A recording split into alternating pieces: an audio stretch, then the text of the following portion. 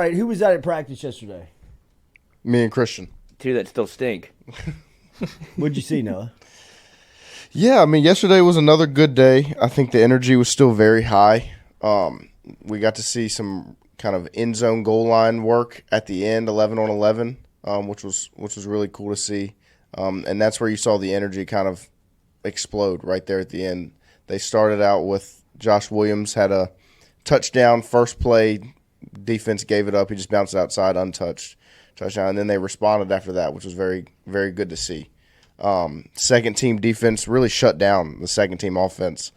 And then with I think in 7-on-7, you saw an interception from Deshaun Spears by the second team defense. They've looked really good.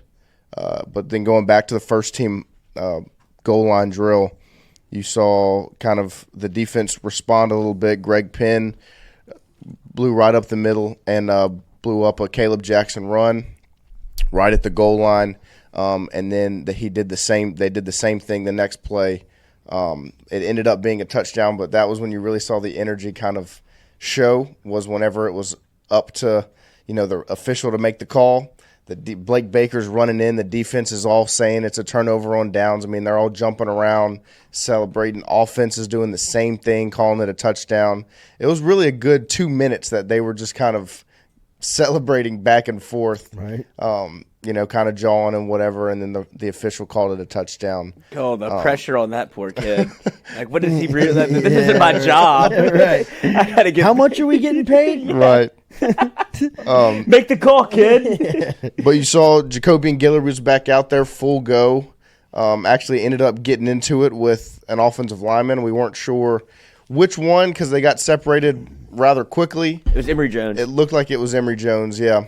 Wow. But then you saw Bo. You want that? That's what I was wondering. He was helmet off everything. Whoa. Like helmet was off. Everything? He was not everything. his helmet was gone and he was fired up. But Bo Davis got him by the shoulder pads, pulled him aside, and kind of talked him down, which was good to see. Bo Davis you step into that role. But it was just 2 weeks, young blood. It was another good day. When it comes to I think the three words I put it out on Twitter yesterday is you've seen effort, energy, and excitement. Like that's what's really been kind of a theme throughout fall camp, especially on the defensive end, which is what you want to see. But offensively, I mean, they look great. The offense, there's not really much to, blow away your expectations because I think everyone's expectations are rather high already. But Nussmeier's looked great throughout fall camp. You've been able to see the defensive pass rush kind of make him work a little bit, and he has looked great moving in the pocket, throwing on the run, responding well to the pressure that the defense has actually been able to get. The offensive line, from the depth standpoint, we were talking a little bit about it earlier this week, but that second unit continues to be some point of discussion. Yeah. Who is any new faces there, or is it being consistent five? Yeah, it hasn't really been too new. You have seen they tried, I think it was Tyree Adams. They actually moved him to guard, like they shifted him inside to give that a look because I really think they want that second group of guys to be able to be kind of utility type where they can go inside, play outside regardless of what happens. There hasn't been too much movement. You saw Paul Mabenga still there at the guard spot. He looked great yesterday. There hasn't been too much movement with the second group, really because of how good they've looked. I mean, the offensive line room has looked great throughout fall camp, regardless of if it's first group or second group. There hasn't really been too much drop-off. You did see DJ Chester back at center yesterday. He's, they've got everybody back in the original 5 spots. And so really offensive line-wise, there hasn't been too much with the second group, but you have seen the second group defensive line kind of start to adjust and push back against that second group offensive line. So it's been a good learning, past week or so for both of those groups of young guys. ESPN.com earlier this week announced that both Will Campbell and Harold Perkins have been named to their first team preseason All-American list. That was announced on Wednesday. Emory Jones was also named to that ESPN.com second team. All 3 Tigers named are juniors as they enter their third season as starters with the program. Both of their first 2 years had 10 wins with both of them, with all three of them as major contributors. So this is kind of the season that we've talked about for a while with this recruiting class, whether it was Will Campbell and Emory Jones coming up in the state of Louisiana and around them, or when they signed and they added a guy like Harold Perkins, to even bringing in a guy like Mason Taylor, who's been making plays since early on his freshman season, as you know, another one of those guys that is a major contributor in his fourth season, in his third season. It's been a heck of a class, and Will Campbell, as he said earlier, this fall camp, 10 wins is just not enough. It's time to take that next step. So we will wait and see as the season is just right around the corner what happens next. And Brian Kelly yesterday was speaking with the media post-practice. And Stewie, we'll just run down the list here if you're ready to go on this, as he will, as Brian Kelly was talking after the workouts yesterday. Here he is with just his opening remarks. Well, we had 22 periods out there today. Trying to really put our guys in a very stressful situation today in terms of back-to-back days. This is 3 in a row for them. Put them in very difficult situations. Part of this is, as you guys know, you're installing offense, defense, special teams. You're making assessments relative to, your starters, your key backups, but you're also trying to build a mindset with your team.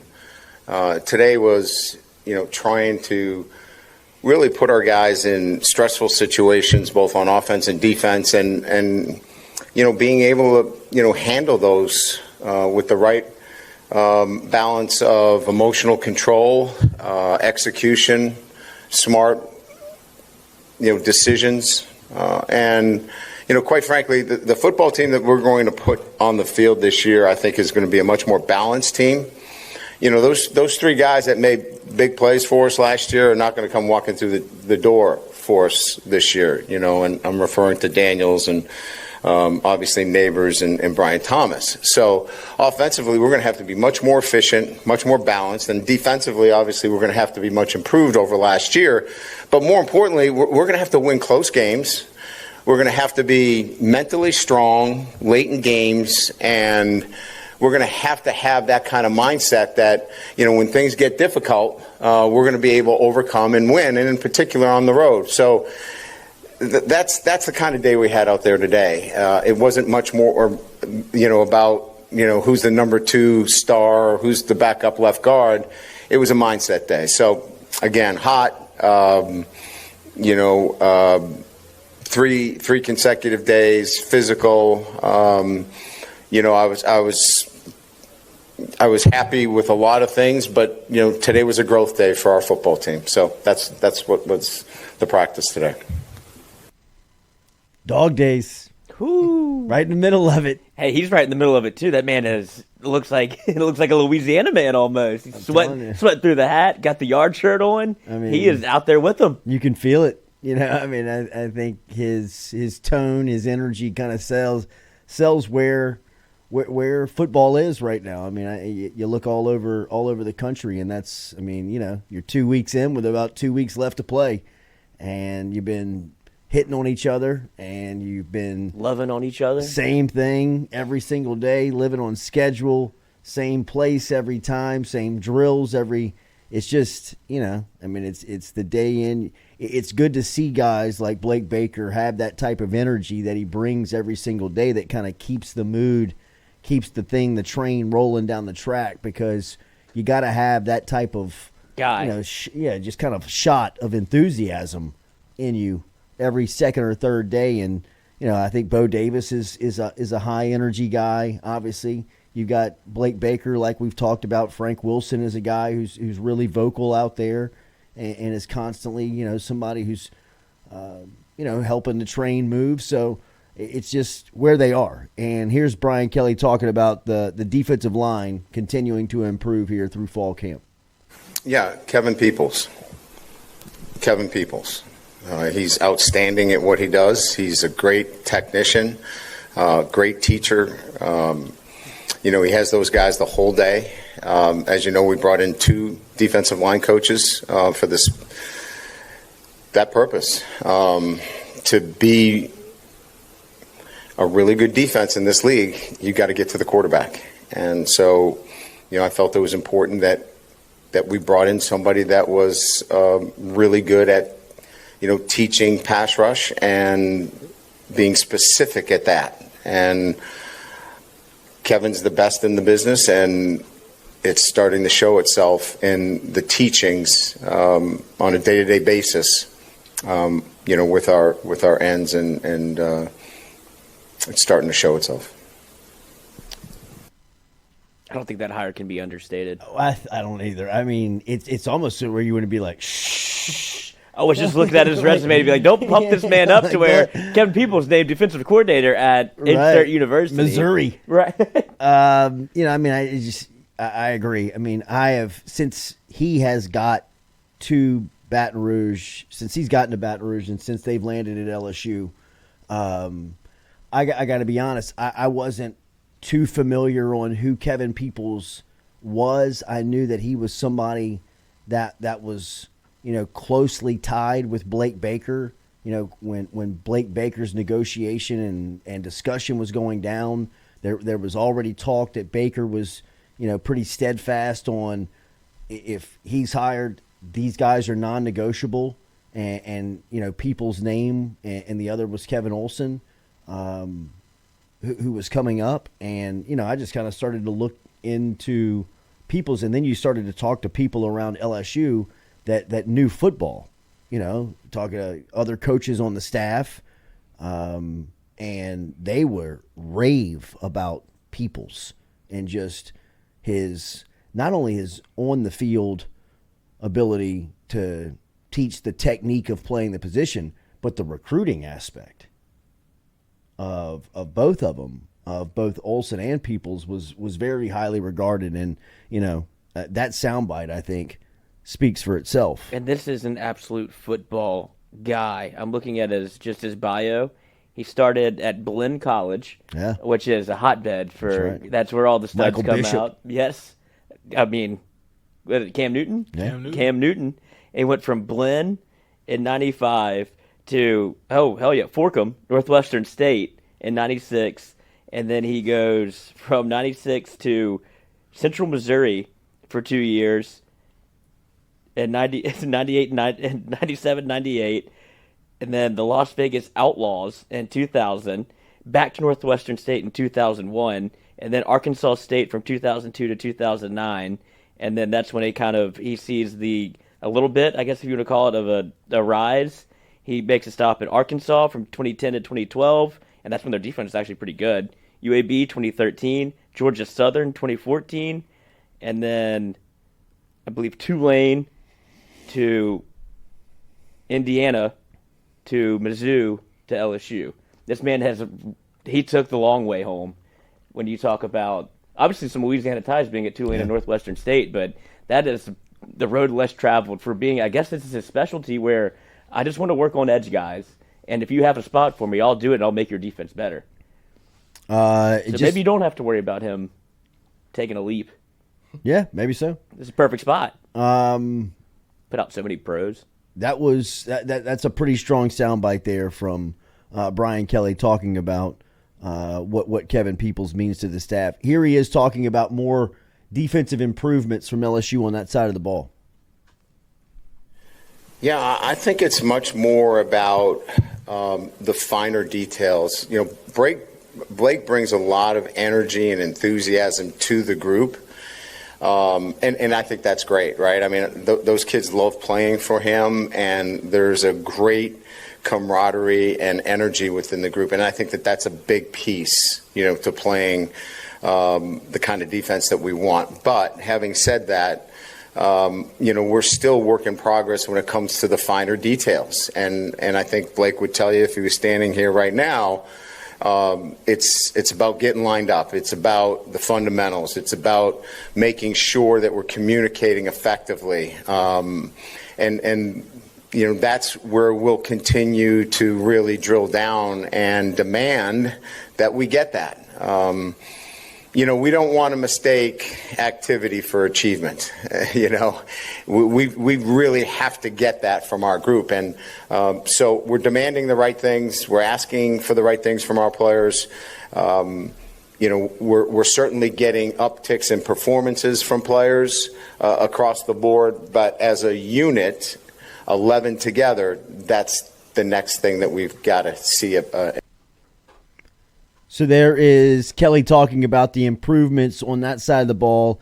Here's a question from Wilson Alexander that I was watching this press conference and you could tell that Kelly, this is something that he's thinking about. This is something that is. Damn you, Wilson.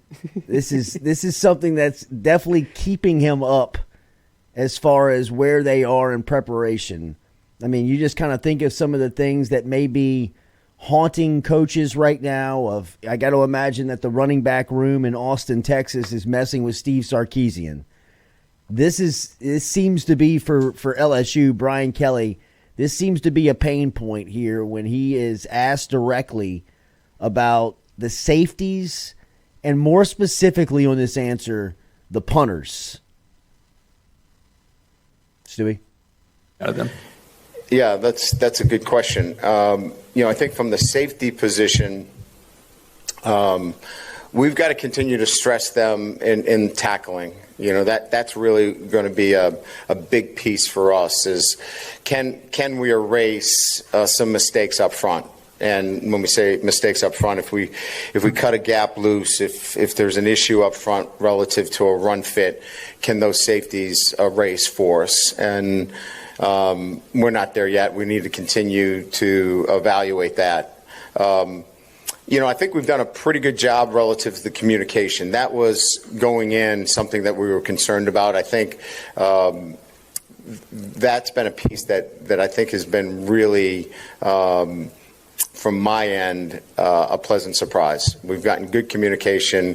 We're not in a position where we feel like we're not getting the right calls and executing the right coverages and, obviously coverage fits back there. So that's good. We've got a young group that we're trying to get as many reps back there as well. With, the veteran guys out there, Jordan and Jordan, those guys are doing a really nice job, but we got to continue to get the young guys some reps as well. That will be the next stage for us in the development of the safeties.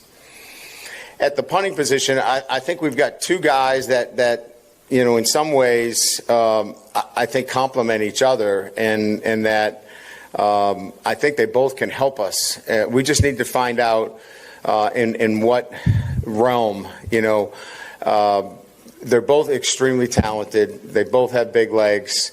I think the one that stands out to me right now is we need to get consistency because we'll see a couple of incredibly,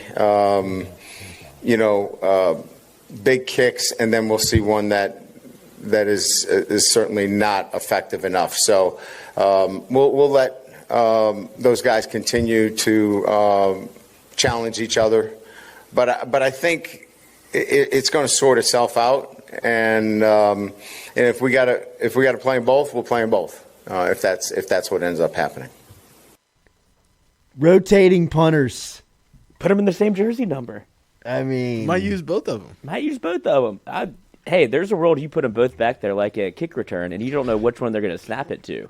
I mean, let's get crazy out here. But then you take away from the personal protection if you. Well, not if you can have a hot potato back and forth. I mean, we can throw this thing across the yard all we want. Yeah, as long as it's lateral. You can hear the anxiety in his voice. He couldn't find an answer if you served him up on a platter. He wanted to keep talking about the safeties. He just forgot the youngsters' names. Yeah, he was about to just. He wanted to just keep going because he was thinking, keep me away from the punters. I don't want to talk about the punters. and he was trying the safety answer is a great answer. It is. If you go back and listen to the safety answer, he gives you a ton of info. At the end, he's trying to think of Deshaun Stevens and Kylan Jackson's name. Deshaun Spears. Is it Spears? Spears. Sorry. Could have done that, and then we could talk about that. Right. A little filibuster. Right. He changed his name. That would have been a less special. He went from McBride to Spears. Right. So put that down. Right. That's a completely different day. That's right. And then you just forget the second part of the question. But when he got to the punters, It's angst. you can hear and feel just he's uncomfortable. Coaches hate kickers. Oh my God. And you can feel it at practice. Like when it's the punt section of practice, it's just all the oxygen out there just kind of everybody's just kind of holding their breath watching because you don't know what's going to happen. That's such there was a muffed snap by Todd. Then we ended up actually having an Aaron Anderson muff the other day. Oh God. It's a very stressful time. A double muff. It's a very stressful time of practice when the punt team gets out there. On a real note, I mean, if it is where it is right now when you're talking about using both, and this isn't a situation where one's inside, buddy. If you're talking about using two punters, you're playing blackjack. You are in a pinch. We're in a bad space. We're in a bad spot. We're in a bad It's spot. a roll of the dice. I don't know we're which 2.5 weeks out. We don't have. It's not like you could add. Does it just come on? Does the light bulb just automatically in 2 weeks? I figured it out. Well, but Oschendorf was. I think maybe. I think punting could be because if if it's every third punt and they're flubbing or shanking one, maybe it is just kind of like the get me to the game, right? And see which one under the lights can just blast one because you got one job. You know what I mean? Just keep the field either flipped or put the field position. Don't make it come into play. So I mean, it's just I don't feel good about to the me that soundbite is. But to me, punting is not even kicking. It's not like kicking a field goal where it's actual pressure. Okay, I gotta make this.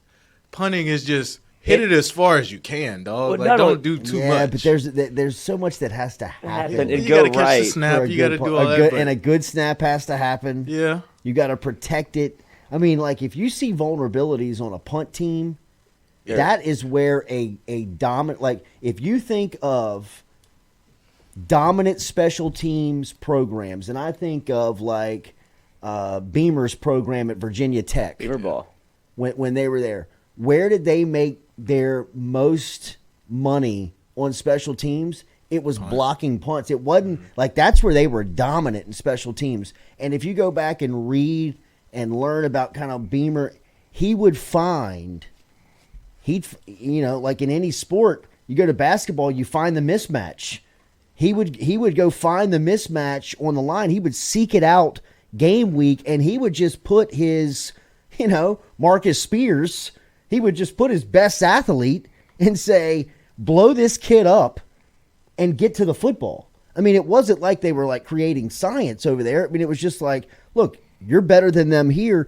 In LSU, if you're nervous about your punter, it goes into now that's mindset all over the place. You got to be able to protect this guy. You got to get him the snap, and you got to keep your fingers crossed that he gets a consistent punt down the field. And, luckily, LSU has not really been in a position where they've had to count on the punter. Really, it feels like since Brad Wing. Right. Where it's been yo, man, keep the field flipped. You won the Alabama game. Absolutely. So it's just been a minute since the punter has played a major role on the team. And when you don't have confidence in your defense, you have an offense that's really good, and when they do fail, when they do go 3 and out, when they don't score, it's going to be a big deal. So the punt is going to have some pressure on it to make sure you get this thing off, because if you don't, now momentum has just really started to roll downhill on you. And USC has one of the best punt returners in the country. Zachariah Branch. Yeah. Oh, God. But that like he's like legit. And I'm not probably worried about the best. coverage team. Me neither. Like, I'm not worried about covering. But you got to a get punt. the kick right. Yeah, I'm you gotta be just able to worried put about a- like getting it in the air and getting it down there. And that's where I wonder, on a real note, is if this bleeds into how you call games. Will it be all right, if we're inside in a punt situation, but our offense is on the field 4th and 6, 4th and 4, like, we're going. Because what's really the difference at this point? If we're going to punt it out the back and give it to you on the 25, we lose net 15 in position. So let's just go for it, as opposed to if you feel confident. Like Jay Bramblett kicked 2 returnable punts last year. He had 2 punt returns for -1 yards. That's What a year. That's not the same as what it feels like you're putting out now. And now I almost feel bad from our side of things because this has been blown out of, I don't want to say blown out of proportion. It's been a real talking point. And so whenever that first punt comes in Tiger Stadium, and it's going to be a bunch of, no matter what. Like, and then when they boom one, it's going to be almost the Greg Clayton situation where he caught a punt and he got the Bronx cheer. Yeah. And so I don't want it to be that because it already feels like they have a ton of pressure on themselves right now. But, boys, figure it out. Yeah. I mean, just get it handled. Just keep dropping it and catching it, dropping it and catching it. When it's your time to shine, toe meat leather. Send it. remember, Go Roof online at geauxroof.com. Go Roof, bringing you new roofs or maintaining your existing roof. They can do it all for you over there. geauxroof.com or 225-927-8300. 225-927-8300. Over 15 years of experience in and around our community. Check them out online at geauxroof.com. Go Roof. Find them there. A beautiful roof every single time. Storm season coming up. Make sure that you have our boys in to your contact list and saved. 225-927-8300. Go Roof online, geauxroof.com. geauxroof.com. More from Brian Kelly here as Kelly was speaking there about the safeties and the punters. Here he is talking about that cornerback position and how it's starting to shape up with Ashton Stamps really exerting himself throughout fall camp. You know, I think Stamps and, Sage and PJ, Jair, JK, all those guys are getting a lot of work. And then Alexander, I think, is getting better by the day. I think it's just a matter of he just needs more reps and more confidence. Coming back off of an ACL at that position is probably, if not the most difficult, I think it's probably the most difficult position with, the change of direction, plant, drive, all those things. But he's a different player than he was the first day out here. I think there's a lot more confidence. So he'll keep getting better. We haven't put up a depth chart, really. We're rolling out different guys. And I think Corey's looking for the same thing that I'm looking for. Who's able to stack days together consistently, instead of, I had a good day today, but I didn't have such a good day yesterday. And I think that's probably everybody, including, the quarterbacks and the wide receivers. We just need to be more consistent. We have a good day, and then the next day is not so good. I think it's just this group now it's about, this is probably not a great analogy, but, we're getting close to like moving day, like in golf. Like, these guys need to understand that over the next few days, this is where, we need to see who are those guys that can stack days together. And Thursday, Friday, Saturday, it's kind of moving day for us. We need to see those guys that are going to stack days together. Coach Kelly just brings a smile to his always face. On the back nine. It is. He even starts smiling just talking about golf. Right. And he was like, "That's a bad analogy to make, but I'm saying it anyway." Yeah, right, I'm going in. But it's really not a bad analogy when you think about 2 weeks of camp left.